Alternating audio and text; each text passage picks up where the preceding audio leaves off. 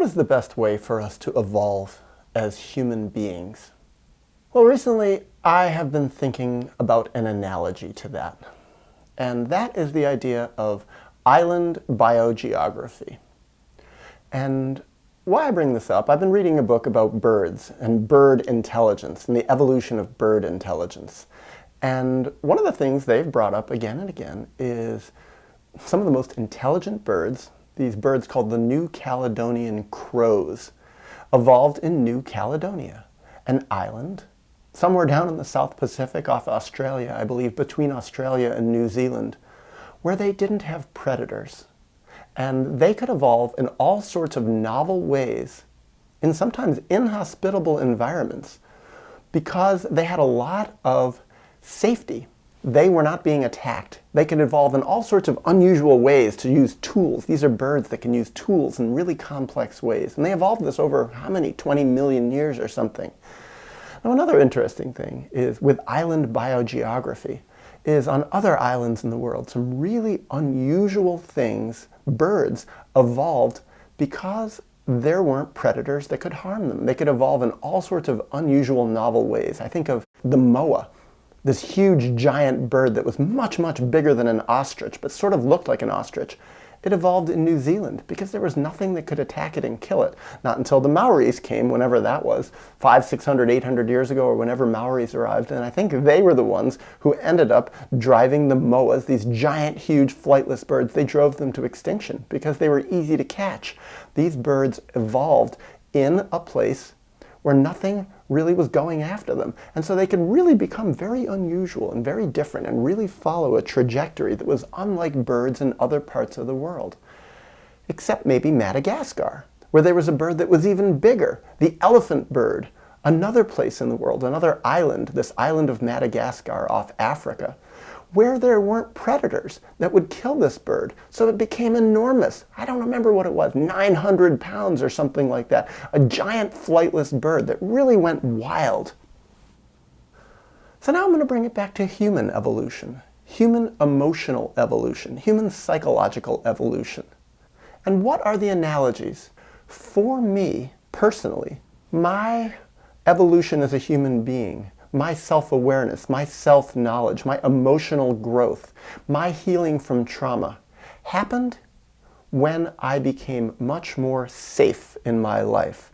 When I got out of my family's system, when I learned how to work a job that I felt safe in, where I was able to save some money and relax and sometimes not work as hard as I had to work previously, when I wasn't in school anymore with these aggressive, domineering, sometimes not at all insightful teachers and professors, where I didn't have to be under the thumb of authoritarians, when I found jobs where I could freelance, where I didn't have a boss who was necessarily telling me what to do all the time, and sometimes telling me to do stupid things or wrong things, where I had to subjugate my will and my thought process to someone I didn't respect or didn't like or even hated, perhaps.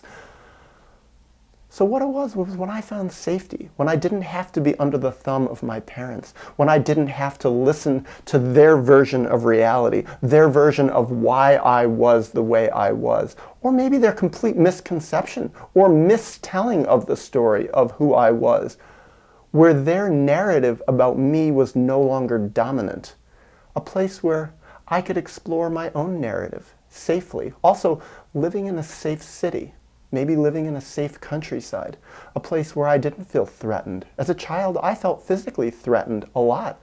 Threatened by other kids, threatened by my parents, threatened by kids at school, in my neighborhood. It wasn't a safe place. So living in a place, in an environment where I felt emotionally safe and physically safe, it really allowed me to go within, to explore myself without so much fear, without so much terror. I could look inside myself with more of eyes of truth, of objectivity, not having to accommodate all these other people who I didn't like and didn't respect, and who wouldn't respect my objectivity, wouldn't respect my exploration, my honest exploration, self-exploration.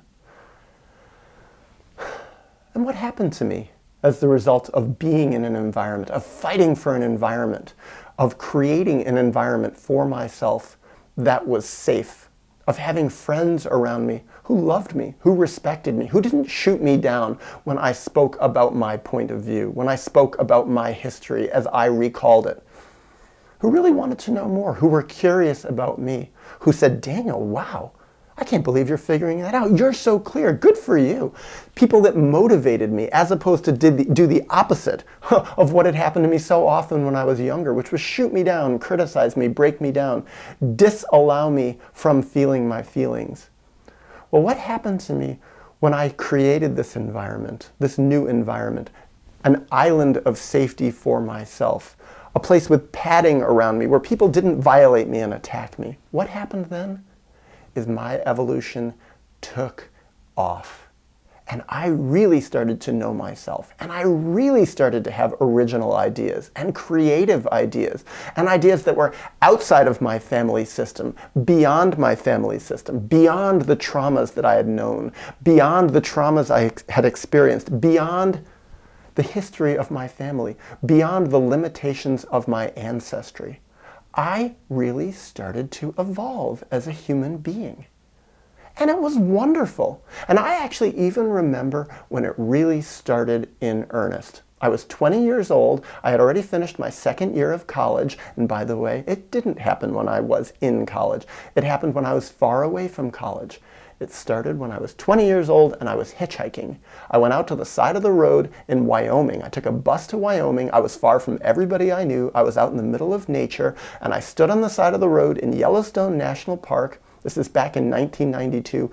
You can't even hitchhike anymore now in Yellowstone. It's illegal. I found that out some 10 years ago. But then it was legal, and thank God it was, because I had the safety of knowing I was breaking no laws. I was in nature. There was animals. There was plants, there was beautiful stuff all around me, and there was me. And something happened inside of me, something in this safety and being away from everything, away from society, and not having anybody pick me up for a while, just standing on the side of the road with me and my backpack in silence.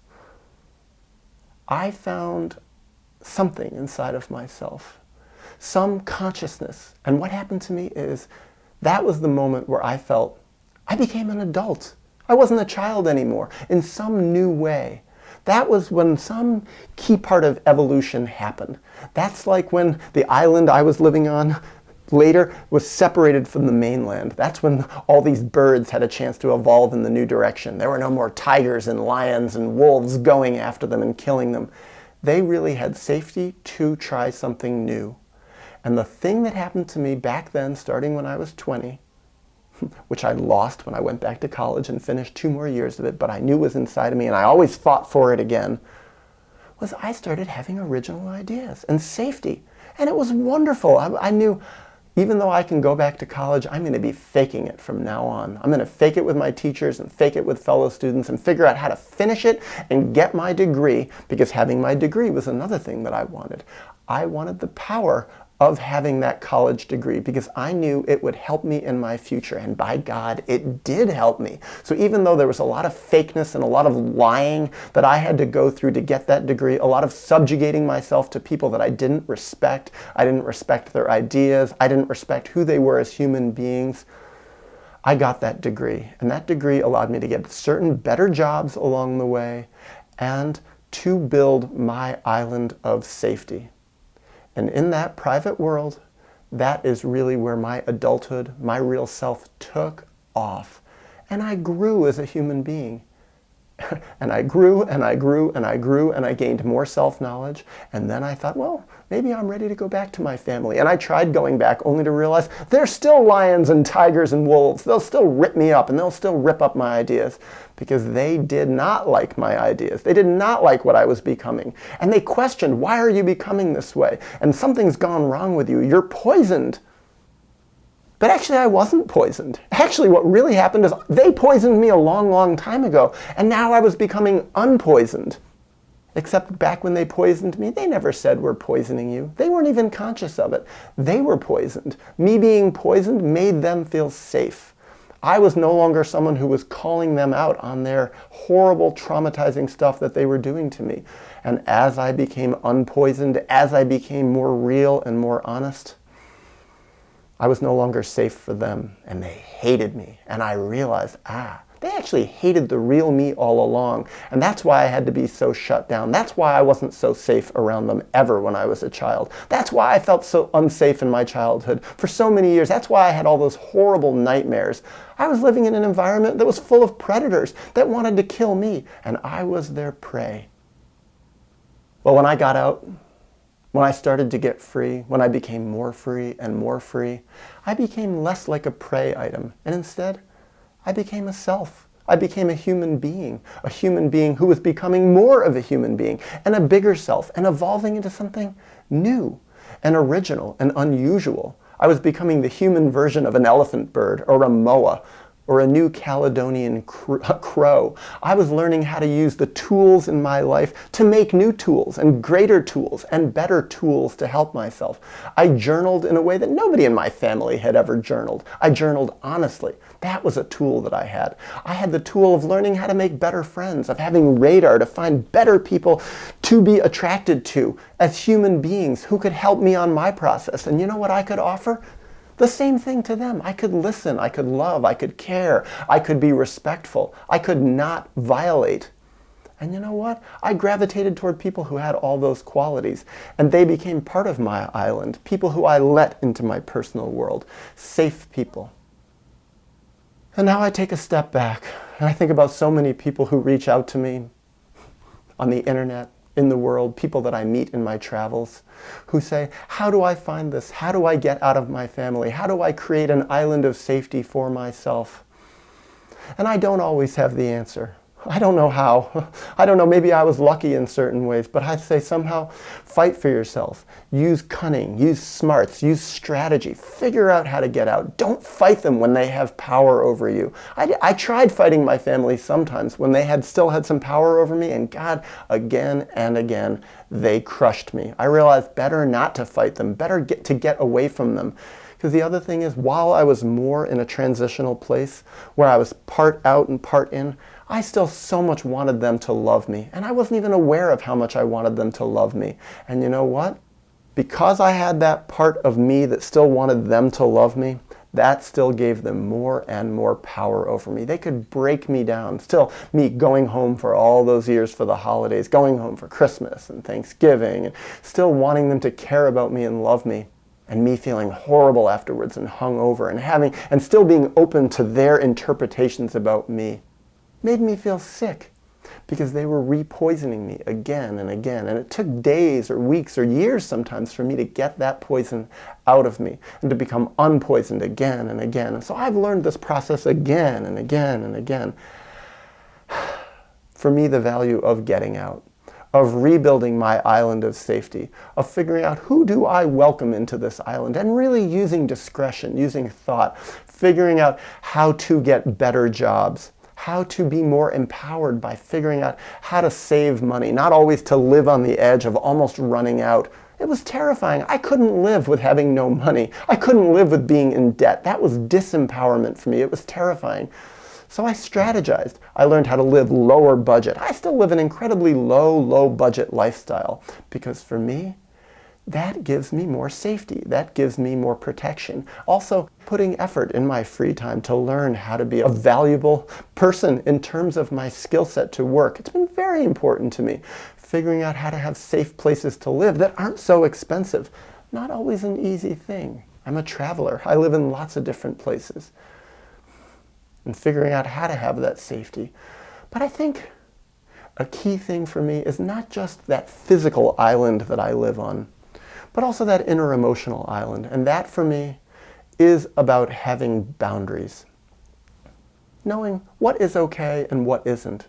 Knowing how to defend myself if I need to defend myself. Knowing how to back away from people that don't respect my boundaries. To get away from them. To end relationships. To end them gently without causing a big brouhaha and a big fight so that they want to have revenge on me. Also, how to know how to respect myself more in my own internal life. So part of this island of safety that I've built up is about resolving my traumas on the inside. This isn't about anybody else. But when I have that time of safety, to know that who I am, to know who my inner enemy is, all this internalized stuff from my family system and from other traumatizers from my childhood, and to know what of that is within me and has become part of me, and how do I undo it? How do I resolve it? How do I grieve?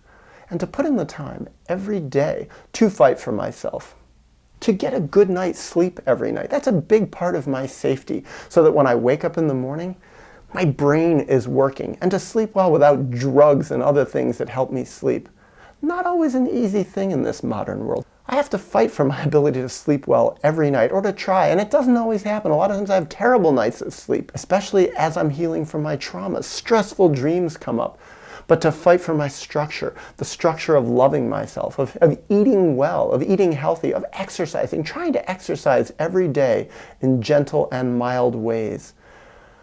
These are ways that I create that island of safety so that I can evolve. And I don't just see it with me, because I see it in other people too. The people who really figure out how to fight for those islands of safety, gentle fighting, loving fighting in their own lives, in their relationships, in their relationship with the world. Those are people who can evolve more easily, because I've also seen without that, it is very, very hard to evolve. And I want to keep evolving, and I want to keep evolving. I want to learn how to evolve better, because I want to become a bigger person. I want to become a healthier person, a more self-loving person, not only for loving myself more, but also for being able to be more useful to other people in the outside world, because I admit I have found such incredible value in that.